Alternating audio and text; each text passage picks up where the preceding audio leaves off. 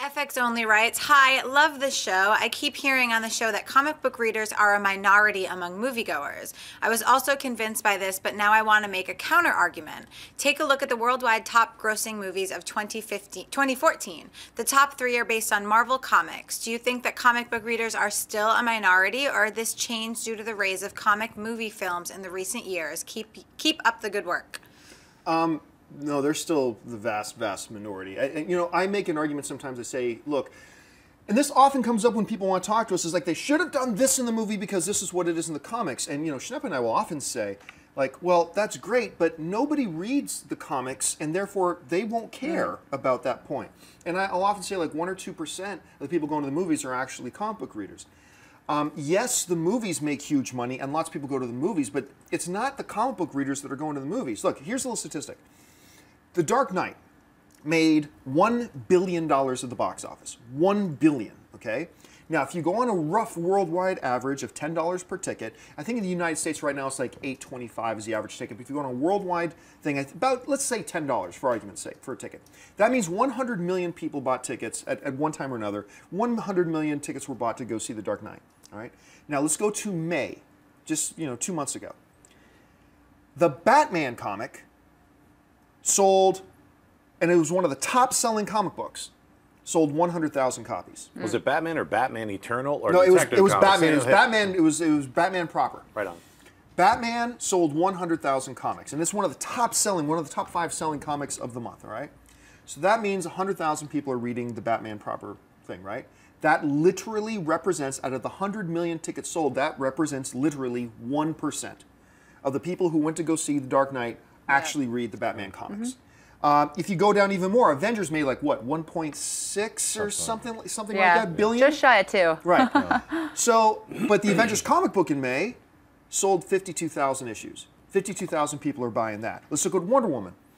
Wonder Woman sold 30,000 issues. Poor Wonder Woman. So basically, our point is simply that the studios can't make it their focus ever to just please the comic book fans. Make sure you get the stuff from the comic book right. That's not the important thing. The important thing is make a good, entertaining movie that'll appeal to everybody. Because those sweaty nerds, those of us, my brethren and sisters in, virginity for life, we got to understand that, like, we are the vast, vast, vast, vast minority. Those of us who actually read the comics, and so that's kind of the way it kind of goes. Any thoughts on that?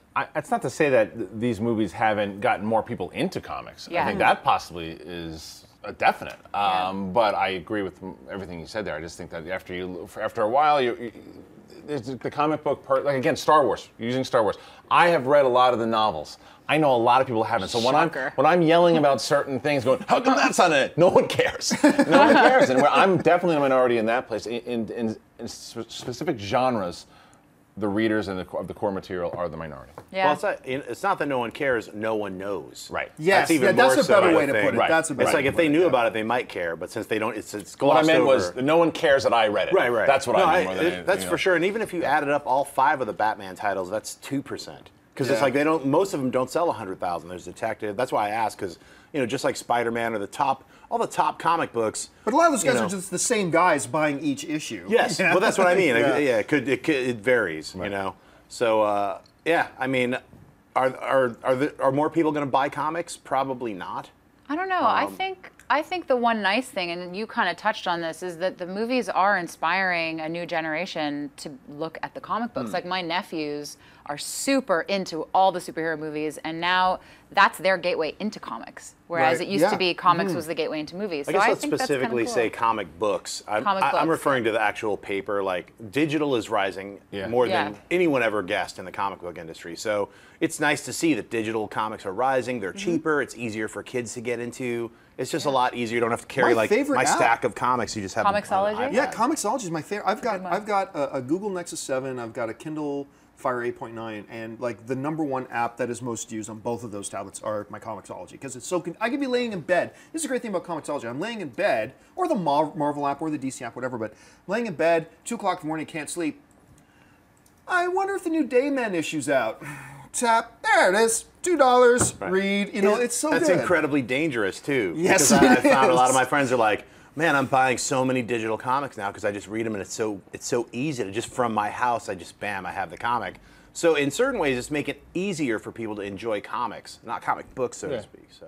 Hey everyone, if you liked this video, click that thumbs up button and make sure to subscribe to our AMC Movie News YouTube channel. It's free and helps you stay up to date with all the latest movie news, as well as our daily AMC movie talk show.